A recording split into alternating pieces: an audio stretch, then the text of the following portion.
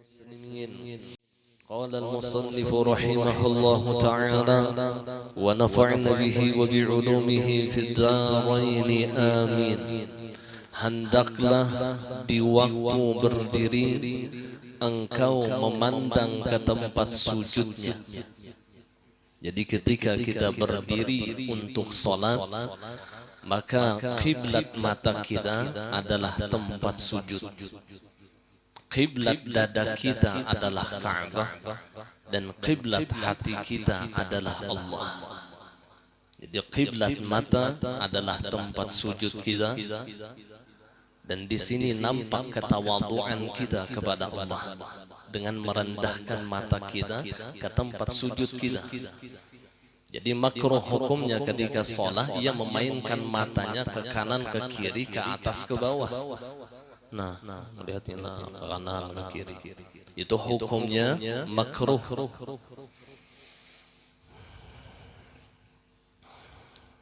Jadi sunnah menetapkan pandangan matanya ke tempat sujudnya. Ini menunjukkan bahwasanya di dalam sholat itu sunnah membuka matanya, bukan memejamkan mata. Kecuali ketika membuka matanya menghilangkan kekhusyuannya, dan ketika menutup matanya menambahkan kekhusyuannya, maka hilanglah kemakruhan. Boleh ia menutup matanya atau berpajamnya gitu, tapi apabila berpajamnya ini menambah kekhusyuan, boleh. Tapi kalau sunnah yang asli adalah membuka matanya. Jadi ketika kita memandang ke tempat sujud, itu diberi oleh Allah pahala mata kita. Dapat pahala karena ittiba' bi Rasulillah. Segala sesuatu apabila mengikuti Rasulullah itu diberi pahala oleh Allah. Dan makna daripada pahala adalah bertambah-tambahnya rahmat dari Allah. Sedangkan kebalikan daripada pahala adalah dosa. Makna daripada dosa jauh daripada rahmat Allah. Kasih sayang Allah itu jauh. Jadi semakin banyak dosanya, maka semakin jauh ia daripada rahmat Allah. Semakin jauh ia daripada kasih sayang Allah. Semakin bertambah pahalanya, semakin banyak ia mendapatkan rahmat Allah. Apa makna rahmat? Ziyadatul khair minallah, bertambah-tambah kebaikan dari Allah. Jadi berlomba-lombalah kita untuk membanyakkan pahala kita di dalam ibadah. Tujuannya apa? Tiada lain, ingin mengharapkan rahmat dari Allah, ingin mengharapkan ridha dari Allah. Walaupun engkau sholat di dalam Ka'bah, sekalipun sholatnya di dalam Ka'bah, di dalam apalagi di luar, di dalam Ka'bah saja sunnah yang dipandangnya adalah tempat sujudnya. Tapi ini masalah khilafiyah. Ada sebagian ulama yang mengatakan apabila kita sholat di hadapan Ka'bah, maka sunnah memandang Ka'bah, bukan ke tempat sujud. Ini khilaf. Tapi sebagian ulama yang lain tetap disunnahkan memandang ke tempat sujud sekalipun di hadapan Ka'bah. Jadi orang yang mengatakan apabila di hadapan Ka'bah itu sunnah memandang Ka'bahnya bukan ke tempat sujud, dengan dalil bahwasanya Rasulullah sallallahu alaihi wasallam beliau mengatakan setiap hari di Baitullah itu Allah turunkan 120 rahmat. Setiap hari Allah turunkan 120 rahmat. 60 rahmat untuk orang yang tawaf di Baitullah. Jadi orang yang tawaf di Baitullah itu Allah berikan 60 rahmat. 40 rahmat Allah berikan kepada orang yang i'tikaf di sekitar Baitullah. Mudah-mudahan kita kawal ke sana berataan. Di sini mendaftarnya ada aja sudah Haji Kipli Sidin. Lupang September ini ada. Kalau majelis dimurahi Sidin. Alhamdulillah, sudah ada wadah kita, tinggal mendaftar aja lagi. Ini fadilahnya luar biasa, bukan sekadar wisata saja, bukan sekadar jalan-jalan saja, tapi ibadah yang luar biasa.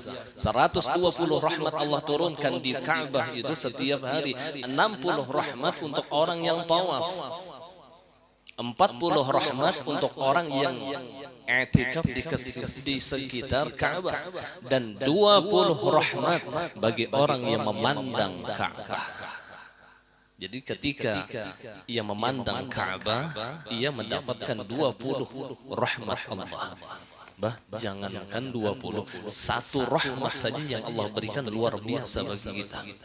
Apalagi sampai 20 rahmat Allah berikan hanya sekedar memandang Ka'bah. Diriwayatkan oleh Sa'id bin Musayyib atau Musayyib, itu termasuk ulama tabi'in. Beliau mengatakan, orang yang memandang Ka'bah karena iman lillahi ta'ala, maka Allah gugurkan seluruh dosanya sebagaimana ia baru dilahirkan daripada perut ibunya. Jadi orang yang betul-betul memandang Ka'bah karena Allah, karena imannya kepada Allah, maka Allah hapuskan seluruh dosanya nang kaya bayi hanya dilahirkan. Untungnya orang yang kawa memandang Ka'bah tapi karena iman, bukan karena ria, bukan karena sombong, bukan karena merasa lebih baik, bukan. Karena iman kepada Allah. Abu Jahal rancak yang memandang Ka'bah, tapi bukan karena iman. Abu Lahab rancak memandang Ka'bah. Orang yang memandangnya karena iman, Allah gugurkan dosanya. Minta kepada Allah jangan diwafatkan kecuali mendapatkan haji dan umrah dan ziarah ke makam Rasulullah.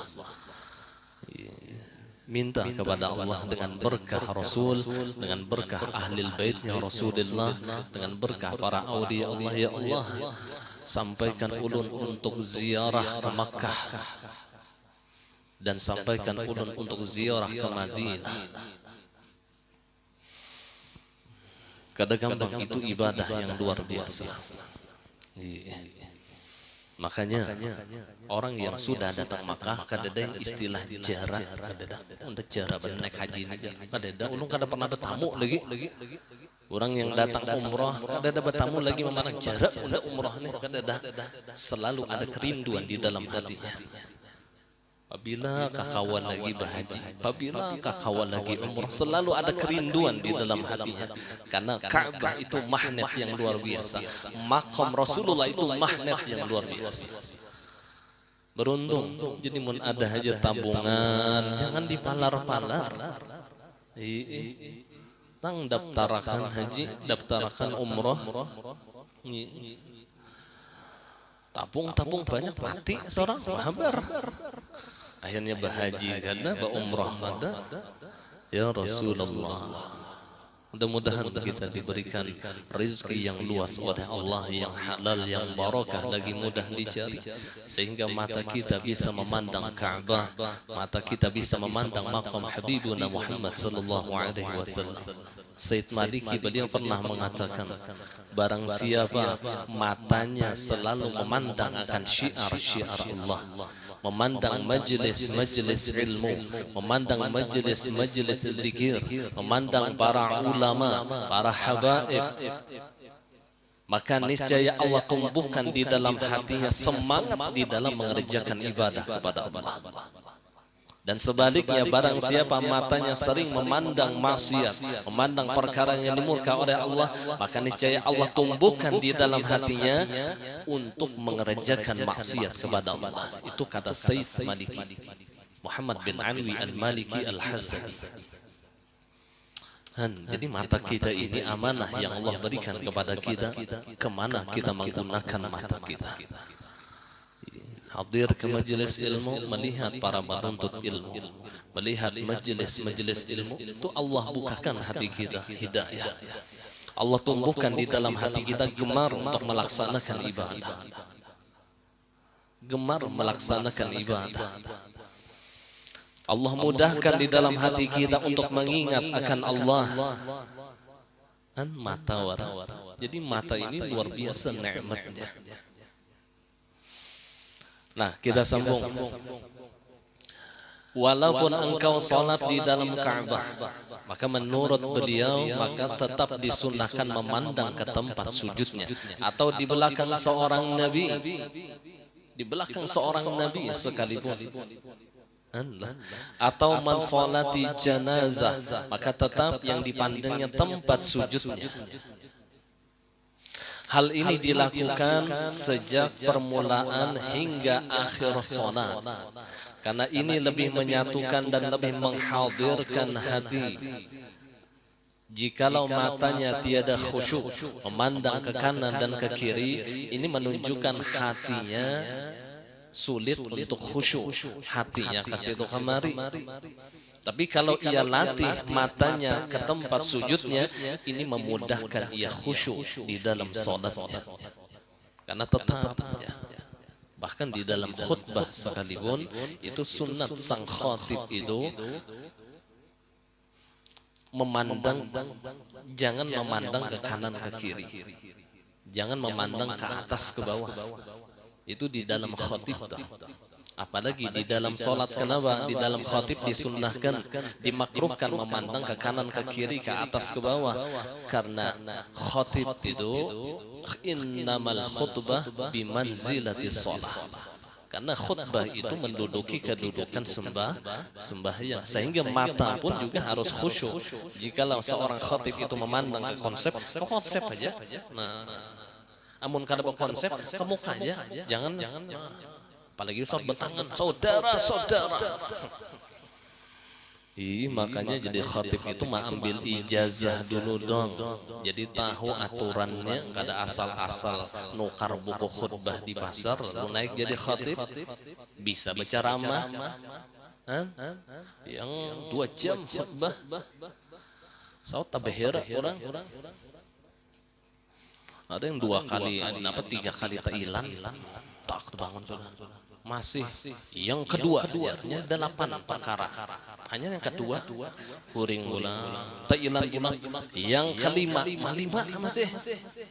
Ya Allah. Ini kada mengamalkan sunnah Rasulullah. Di dalam hadis Nabi mengatakan, inna tula salatir rajuli wa qasira khutbati ma'inatun min fiqhi fa'atil salah wa qasiril khutbah. Bahwasanya panjang salat seseorang dan pendek khutbahnya itu tanda ianya memiliki ilmu yang dalam. Ma'inatun min fiqhi, tandanya faham di dalam masalah agama. Maka kata Nabi, fa'atilis salat, panjangkan salatmu, waqsiril khutbah, pendekkan khutbah. Jangan terbalik, wah ini terbalik, khutbah panjang, sembahyang pendek. Ittaqullah, nyepina iya, tapi ma'amalakan sunnah kada. Ya Rasulullah. Ulun tadi Jumat sembahyang di Bani Ahdal, di Masjid Bani Ahdal di batas kota, yang biasa abah guru sholat Jumat di situ. Jadi sekarang anak abah guru sholat Jumat di sana. Jadi tiada lain tujuan ulun sholat di sana hendak melihat anak abah guru, itu aja. Karena melihat juzu sama melihat kul, melihat anak sama melihat lawan kuitan. Ketika kita melihat orang seperti itu, Allah gugurkan dosa kita. Inna lillahi ibadan idza nazaru ilaihi sa'ida sa'adatan la yashqa ba'dahu abadan. Bahwasanya Allah itu memiliki hamba-hamba para waliullah. Apabila kalian melihat kepada mereka, maka kalian akan mendapatkan kebahagiaan la yashqa minhu ba'dahu abadan, yang tidak akan mendapatkan kesusahan sesudahnya. Oh, kada gampang bila melihat orang kayak itu pian. Jadi duduk ulun sembahyang Jumat di situ. Ulun tunggu ulun katujuh khutbahnya pendek. Ternyata ini yang paling pendek menurut ulun. Ulun beberapa kali sembahyang di Bani Ahdal, ini yang paling pendek. kira-kira semenit lebih-lebih ya. Kada beisi rukun khutbah aja. Ulun undang arakan. Kada ada bahasa Indonesianya. Rukun khutbah aja dibaca sidin tuntong ummah. Ini yang mengamalkan sunnah. Karena mun kita sembahyang tuh 2 rakaat kan khutbah ini menduduki 2 rakaat. Seapa panjangnya 2 rakaat? Seapa? 2 menit gin awam sama. Maka innamal khutbatu makana raka'atain. Ini yang bahari abah guru tuh sarik sidin di pengajian. Khatib dia sidin kada lagi mengamalkan sunnah Rasulullah.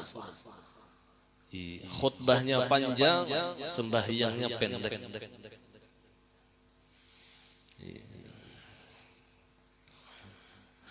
Tapi ulun bepandir maka ini jangan dijadikan ulun khatib. Ulun seumuran kan anak tidak khatib. Kalau mau guru aja kita jadikan khatib kada.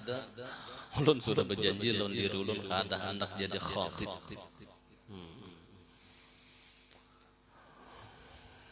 Bila orang nak ini kenapa ulun kada bisa? Ada aja. Ulun kada bisa. Nah kemudian apabila membaca tasyahud, tasyahud berarti ada 2, tasyahud awal dan tasyahud akhir. Maka disunnahkan membatasi pandangannya pada jari telunjuknya selama terangkat setelah memberi isyarat dengannya illallah. Jadi ketika ia mengucapkan asyhadu an la ilaha illallah, kan disunahkan mengangkat jari telunjuk ketika mengucapkan illallah. Nah, mulai dari situ ia rubah pandangannya ke jari telunjuknya. Yang sebelumnya waktu membaca at-tahiyatul mubarakatus salawatu thayyibatu lillah, matanya memandang ke tempat sujud. Ketika mengucapkan illallah berubah pandangannya. Pandangannya bukan kepalanya. Jangan lain, kepalanya tetap jangan bergerak kepala, pandangannya yang berubah. Pandangannya yang berubah, jangan kepala aja yang berubah lalu bergerak juga ada. Sampai akhir ia membaca tasyahud, sampai akhir ia membaca tasyahud, tetap yang dipandangnya jari telunjuknya. Ini ada rahasia di dalamnya, ada sir di dalamnya. Bila jadi pandangannya mau orang, makanya orang yang penyembahyang itu bila menunjuk tuh dia mengenang. Mun orang itulah ahli salat, nya merancang memandang jadi telunjuk ini biar sampai ke hati. Kenapa jadi telunjuk? Ini uratnya sampai ke hati. Makanya menunjuk ini itu kenapa di hati. Kenapa di hati? Orang bahari kada hakun menunjuk orang tuh yaitu bila pandang bila bagus saja pian ke situ aja model pakai ini pian ke situ aja model kasar ini modelnya ke hati orang langsung masalahnya menunjukkan tempatnya di mana tuh jarumahan tuh di situ orang bahari tuh pakai ini. Nah, ibu jari adabnya dah bilang kayak ini kasar karena bisa menyakitkan hati orang, apalagi menunjuk di muha kasar, ini ke hati bukannya Allah. Jadi jangan sering-sering menggunakan jari telunjuk. Yang paling ngeri itu bepinian jari telunjuknya itu harap benar. Itu yang kukup laki bila dibawa ke mall, bila jari telunjuk ini ngeri. Ya. Kak nukarakan itulah jarang itu kotop-kotop laki ini. Jadi yang menarik itu bagi bepinian yang daya tariknya kuat itu lain tangannya, telunjuknya. Bila sudah dibawai ke minimarket ke bahaya tuh. Bila jari telunjuknya ini bermain, mau kelelakian, kada dihakuni bakal lahian, kada dihantangakannya malam, kan serba salah dihakuni seorang pina gugup. Iya. Maka bebinian jangan main-main jadi amun jadi kelingking panggoro kok kurang lebih ya intinya hendak lain telunjuk apa yang ulun maksud ini hendak terus ya Rasulullah. Jadi ketika tasyahud, pengecualiannya lah ketika tasyahud, maka yang dipandangnya adalah jari telunjuknya. Jari telunjuknya di waktu mengucapkan illallah. Jadi berubah matanya ke jari telunjuk sampai akhir ia membaca tasyahud. Sampai akhir. Jikalau membaca tasyahud awal, maka batas akhir tasyahud awal. Jikalau membaca tasyahud akhir, sampai batas akhir tasyahud.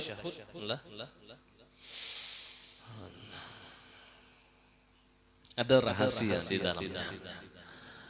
Kita kada perlu tahu, yang penting kita yakin ini sunnah Rasulullah. Itu aja sudah. Dan tujuannya kada lain, ketika kita mengerjakan sunnah Rasulullah, sudah lu melajari kalau menggembirakan Rasulullah. Wah, himung benar. Rasulullah nih melihat umatnya menggawi sunnah. Karena tujuan si umat tadi yang luar biasa. Apa tujuannya? Mahimungakan hati Rasulullah, menggembirakan hati Rasulullah. Karena tujuan kita hidup di dunia adalah menggembirakan hati Rasulullah. Bila hati Rasulullah gembira, Allah ridha lawan kita. Allah ridha lawan kita. Karena ujar Allah sama lawan gawian undang. Gawian ko ujar Allah menggembirakan Muhammad. Itu aja gawian Allah Ta'ala. Gawian ko mahimungakan Rasulullah. Jika Rasulullah itu sakit hati, aku benci lawan orang yang menyakitkan hati Rasulullah. Apabila Rasulullah itu gembira, maka aku cinta kepada orang yang menggembirakan hati Rasulullah. Cukup dengan niat ini sudah luar biasa. Pian bersedekah, niatnya menggembirakan hati Rasulullah. Niatnya gitu ya, kadang ngalih ada. Ini sudah menjadi niat yang jawami', mengumpulkan seluruh niat-niat yang baik adalah menggembirakan hati Rasulullah. Tak kumpul di situ niat kebaikan. Pian hadir di majelis ilmu, apa niatnya? Menggembirakan hati Rasulullah. Sudah beberapa kali ulun ulangin ini supaya ingat pulang tabulik. Ihlah bujur juga malah nak ingat lagi. Hanya bukannya ulun ini mengingatakan pian, bukannya ulun ini memadahkan pian, cuman mengingatakan saja.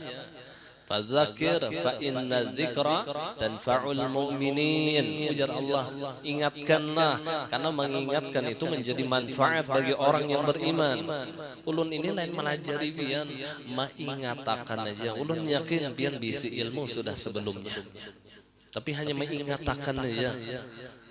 Mengingatakan, dan mengingatakan ini perintah Allah.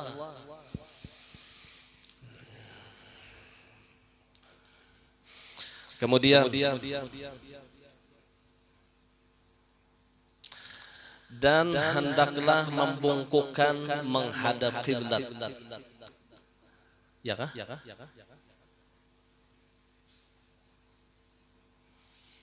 Ulun ulangi. Apabila membaca tasyahud, maka disunnahkan membatasi pandangannya pada jari telunjuknya selama terangkat setelah memberi isyarat dengannya illallah dalam tasyahud, dan hendaklah membungkukkan menghadap kiblat. Hal ini berlangsung terus hingga berdiri dari tasyahud awal atau salam dalam tasyahud akhir. Jadi yang membungkukkan di sini telunjuklah. Telunjukkan ini masih kisah tasyahud, bukan kepala. Kalau kepala ya tetap sunnah membungkukkan, tapi yang dimaksud di sini telunjuk. Jadi begini, jangan caket ya. Asyhadu illallah. Asyhadu. Ngajar kawan. Ini ada kawan yang punya macal. Apa nah? Asyhadu alla ilaha illallah. Asyhadu. Ada nang kayak itu bang, sunnahnya. Atau yang lurus kucur ada kayak ini nah, asyhadu an la ilaha illallah. Nah, jangan kucur, jangan caket kayak ini, tapi bungkuk. Nah, tapi tetap menghadap kiblat. Nah, pahamlah opinion gini. Nah, asyhadu an la ilaha illallah. Jadi sedikit aja naiknya. Kadang yang enggak itu, kadang enggak itu. Nah, bungkuk. Itu sunnahnya.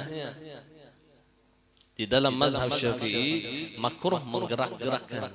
Di dalam mazhab Imam Malik itu sunnah menggerakkan. Nah,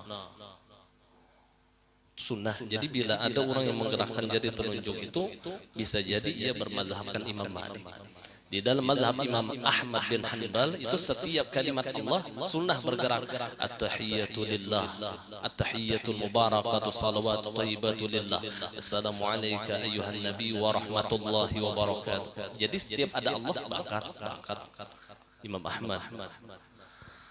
Nah, jadi beda-beda. Kalau mazhab Syafi'i sunnah malah hukumnya menggerakkan. Jadi tetap diam dalam keadaan bungkuk seperti ini.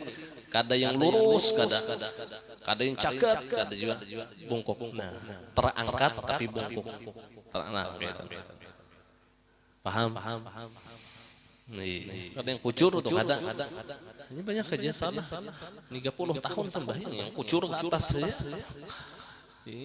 Mesti tetamu kawan yang macal tadi. Nah, ya kawan. Padahal mau nangkainya pegerang. Ini mau orang zikrullah ngarannya alif itu zikrullah. Makanya bila pian kumpulun bini berzikir niatakan. Ada yang nafsu aja tuh kadang tapi ahnya zikrullah. Menulun buka pian bertetangga malaman. Akhirnya kada sing sumbahyangan lagi. Ahnya itu zikrullah. Kalau dimaknakan ya anahu itu singkatan daripada anahu. Jadi alam semesta ini terbentuk dari alif dan ha. Badatan alif ha badatan. Kubur alif alif tajak ha.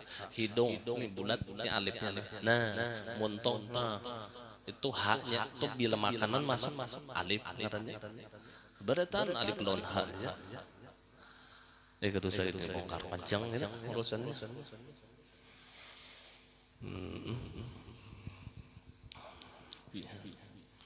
Itu zikir yang luar biasa itu zikir ma'rifah. Kalau itu zikir ma'rifah. Ini ada syariah, tariqah, hakikat, ma'rifah. Kalau di syair itu ada apa? Asyiqa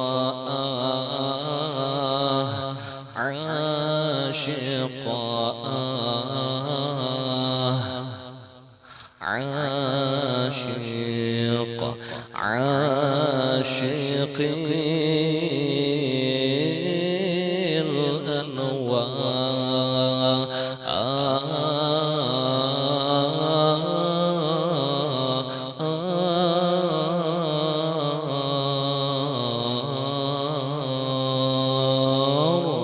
yang kada pap biri jarang empat mendengar hanya biri bakujak sih nyaringan. Luput orang khobiri biri sian ya bang anak itu basair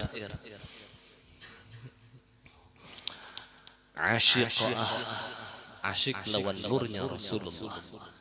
Ada kalimat itu ucapan keasyikan. Ya Rasulullah itu zikrullah. Dan Rasulullah adalah salah satu pangkat sidin sayyiduna zikrullah. Rasulullah itu pangkatnya namanya Sayyiduna Zikrullah. Jadi bila kita menyambat Rasulullah sama berzikir lawan Allah.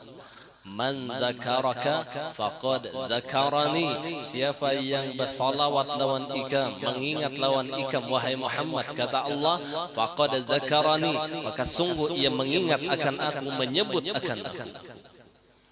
Makanya digelarlah Nabi dengan Sayyiduna Zikrullah. Kemudian janganlah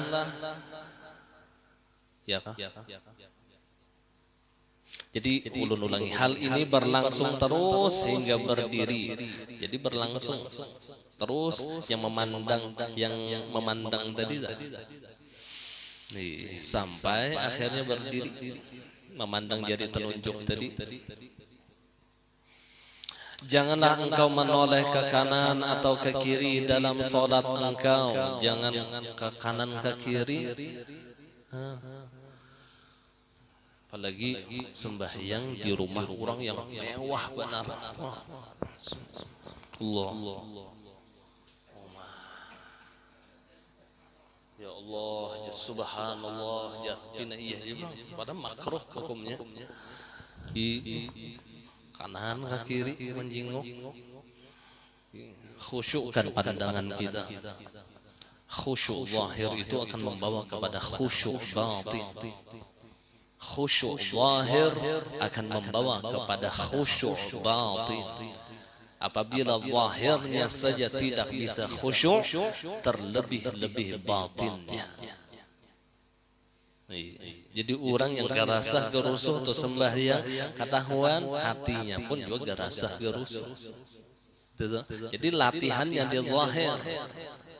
Pandangan mata kita tetapkan bergerak hanya gerak yang disyariatkan di dalam salat. Sedangkan gerak yang tidak disyariatkan ia tahan.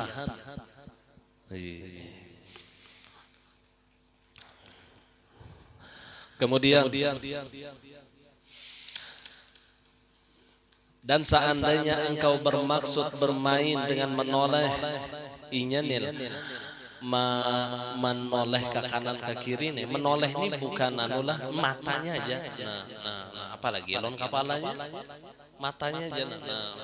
Bermain ada kekanakan. Ambil sembahyang misalnya, ambil menggaya kekanakan bermain-main, maka batallah salat engkau. Batal. Atau Allahu Akbar. Kayaknya ada kawan-kawan. Mau berisyarat nangga itu bermain-main ngarannya, maka batal salat kita karena tujuannya sudah keluar dari salat. Jadi hati-hati ya.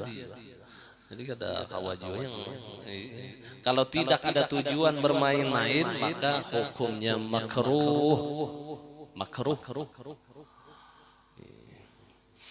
Dijaga mata kita. Jadi ada beberapa tempat lah kalau berdiri tadi ke tempat sujud, kalau rukuk itu khilaf juga antara ulama. Ada yang mengatakan ke tempat yang meletakkan tutut yang dipandangnya, ada yang mengatakan tetap ke tempat sujud. Sedangkan ketika ia sujud maka disunahkan matanya memandang ke ujung hidungnya. Sini. Bukan memandang ke tempat sujudnya karena ia sudah di tempat sujud. Jadi sunnah memandang ke ujung hidungnya itu kalau sujud. Nah, jadi sujud yang dipandang ujung hidung. Itu salah satu sunnah di dalam sujud. Nah, ketika tasyahud yang dipandangnya di waktu mengucapkan illallah adalah jari telunjuknya. Kalau bisa yang dipandang ujung telunjuk.